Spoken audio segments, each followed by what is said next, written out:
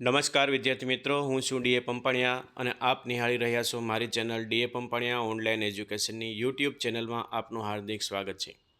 વિદ્યાર્થી મિત્રો, પ્રથમ સત્રની શરૂઆત થઈ ગઈ છે ત્યારે ધોરણ 11 અને 12 સમાજશાસ્ત્ર અને ભૂગોળ વિષય અંતર્ગત આપણે જેમ ચેપ્ટર પૂરા થતા જાય છે તેમ એની એકમ કસોટી એ યુટ્યુબ ચેનલ ઉપર આપણે પ્રકરણ વાઇઝ મૂકતા જઈએ છીએ. જે ગુજરાત માધ્યમિક શિક્ષણ બોર્ડ દ્વારા એકમ કસોટી લેવાય છે એવું જ આબેહૂબ પેપર આ ચેનલ ઉપર હું રજૂ કરું છું.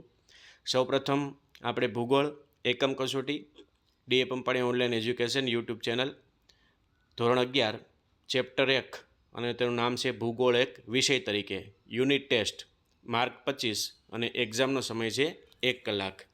જે વિભાગ વાઇઝ પેપર છે એને આપણે ચર્ચા કરીએ તો સૌપ્રથમ વિભાગ એની અંદર વિકલ્પવાળા પ્રશ્નો હોય છે અને એના 5 ગુણ પૂછવામાં આવે છે.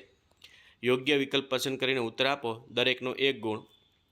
પ્રશ્ન પહેલો, ભારતીય ભાસ્કરાચાર્ય પૃથ્વીની કઈ બાબતોની સમજ આપી હતી? તો એના 4 વિકલ્પો છે: વાર્ષિક ગતિ, દૈનિક ગતિ, ગુરુત્વાકર્ષણ, આકાર અને આકૃતિ. તો તમને ખ્યાલ છે મિત્રોનો જવાબ શું આવે છે તે.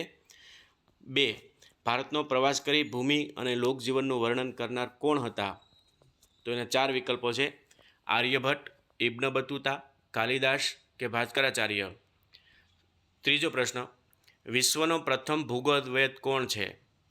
તો જવાબ એ થેલ્સ, બી ઇબ્ન બતુતા, સી કાર્લ રિટર કે ભાસ્કરાચાર્ય. ચોથો પ્રશ્ન, મેઘદૂતની રચના કોણે કરી હતી? જવાબ ચંદ્રગુપ્ત, બી ભાસ્કરાચાર્ય, શ્રી કાલિદાસ કે ડી વરાહમિહિર. તો આપણે ખબર છે મિત્ર કે મહાન કવિ કાલિદાસનો જવાબ આવશે. 5, પૃથ્વી અને માનવના પારસ્પરિક સંબંધો દર્શાવતું વિજ્ઞાન કયું છે?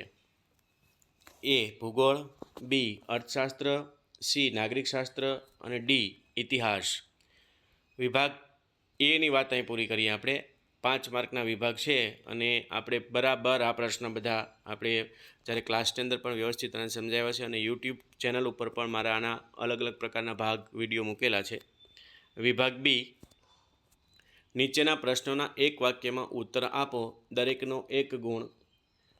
પ્રશ્ન છઠ્ઠો, કઈ કઈ વૈશ્વિક સમસ્યાઓ હલ કરવામાં ભૂગોળનું જ્ઞાન મદદરૂપ થાય છે? તો આપણે જાણીએ છીએ આતંકવાદ, ગરીબી, જે વૈશ્વિક સમસ્યાઓ છે એનો આપણે જવાબ અહીં લખવાનો છે. 7મો પ્રશ્ન, જર્મન ભૂગોળવેદનો નામ આપો. જે જર્મન એના ભૂગોળવેદો છે તેના આપણે નામ આપવાના છે. 3-4 જે ભૂગોળવેદ છે એમાંથી કોઈ પણ તમે લખી શકો છો. 8મો પ્રશ્ન, ભારતના કયા પ્રાચીન મહાકવિએ પોતાની કૃતિઓમાં ભારતની ભૂમિનું વર્ણન કરેલું છે? તો એ આપણે લખવાનું છે. કયા કયા જે પ્રાચીન જે કવિઓ હતા કે જેણે ભારતની લોકભૂમિ અને લોકમાતા નદીઓ એનું વર્ણન કરેલું છે. વિભાગ સી, 6 માર્કનો, નીચેના પ્રશ્નોના ટૂંકમાં ઉત્તર આપો, દરેકના 2 ગુણ. પ્રાદેશિક ભૂગોળની મુખ્ય ઉપશાખાઓ જણાવો. 10મો પ્રશ્ન, સમુદ્ર વિજ્ઞાન એટલે શું? તો એની અંદર આપણે લખવાનું સમુદ્ર વિજ્ઞાન કોને કહેવાય. 11મો પ્રશ્ન, ભૌતિક ભૂગોળના 5 પેટા વિભાગો કયા કયા છે? 5 પેટા વિભાગ સમુદ્ર વિજ્ઞાન અને આબોહવા વિજ્ઞાન જે આપણે તમને એનો ઉલ્લેખ એની અંદર કરવાનો છે. વિભાગ ડી, તો આ વિભાગ સીની વાત 2 માર્કના પ્રશ્નો હોય એટલે કેટલા વેલ્ટેજ આપો એ આપણે ખ્યાલ છે. વિભાગ ડી જે નિબંધ પ્રકારના પ્રશ્નો હોય છે, ટૂંકનોંધ પ્રકારના પ્રશ્નો હોય છે, એની અંદર નીચેના પ્રશ્નોના મુદ્દાસર ઉત્તર આપો, દરેકના 3 ગુણ છે. પ્રશ્ન 12મો, ભૂગોળની મુખ્ય પ્રશાખાઓ વિશે જણાવો. તો ભૂગોળની જેટલી શાખાઓ છે, ભૌતિક ભૂગોળ, જૈવિક ભૂગોળ વગેરે, તો એની પ્રશાખાઓ વિશે આપણે લખવાનું છે. 13મો પ્રશ્ન, વિશ્વના મહાન ભૂગોળવેદોનું પ્રદાન સમજાવો. જે વિશ્વના અંદર જે મહાન ભૂગોળવેદો થઈ ગયા છે તેમને પોતાના કયા કયા પ્રદાનો છે રજૂ કર્યા છે એ અંગેની વાત રજૂ કરવાની છે. જેમ કે એરિસ્ટોફેનિસ હોય, થેલ્સ હોય, ક્લોરડ વગેરે, ટોલમી હોય, ભારતના આર્યભટ્ટ છે, ભાસ્કરાચાર્ય છે, વરાહમિહિર છે, બ્રહ્મગુપ્ત છે, કાલિદાસ છે વગેરે અલગ અલગ જે ભૂગોળવેદો છે એને આપણે અહીંયા ઉલ્લેખ કરવાનો છે. તો આ વિભાગ ડી. હવે આપણે વિભાગ ઈની વાત કરીએ તો એમાં 5 માર્કનો એક પ્રશ્ન હોય અને એ પ્રશ્ન છે નિબંધ ટાઈપનો પ્રશ્ન હોય. તો નિબંધ ટાઈપનો પ્રશ્ન જ્યારે પૂછાતો હોય તો એના જવાબો કેવા લખવા કે સ્વાભાવિક છે. અહીંયા પ્રશ્ન આપણે જોઈએ એટલે તમને ખ્યાલ આવશે. નીચેના પ્રશ્નોના સવિસ્તર ઉત્તર આપો, દરેકના 5 ગુણ. વિશ્વના મહાન ભૂગોળવેદો અને તેમના પ્રદાન વિશે નોંધ લખો.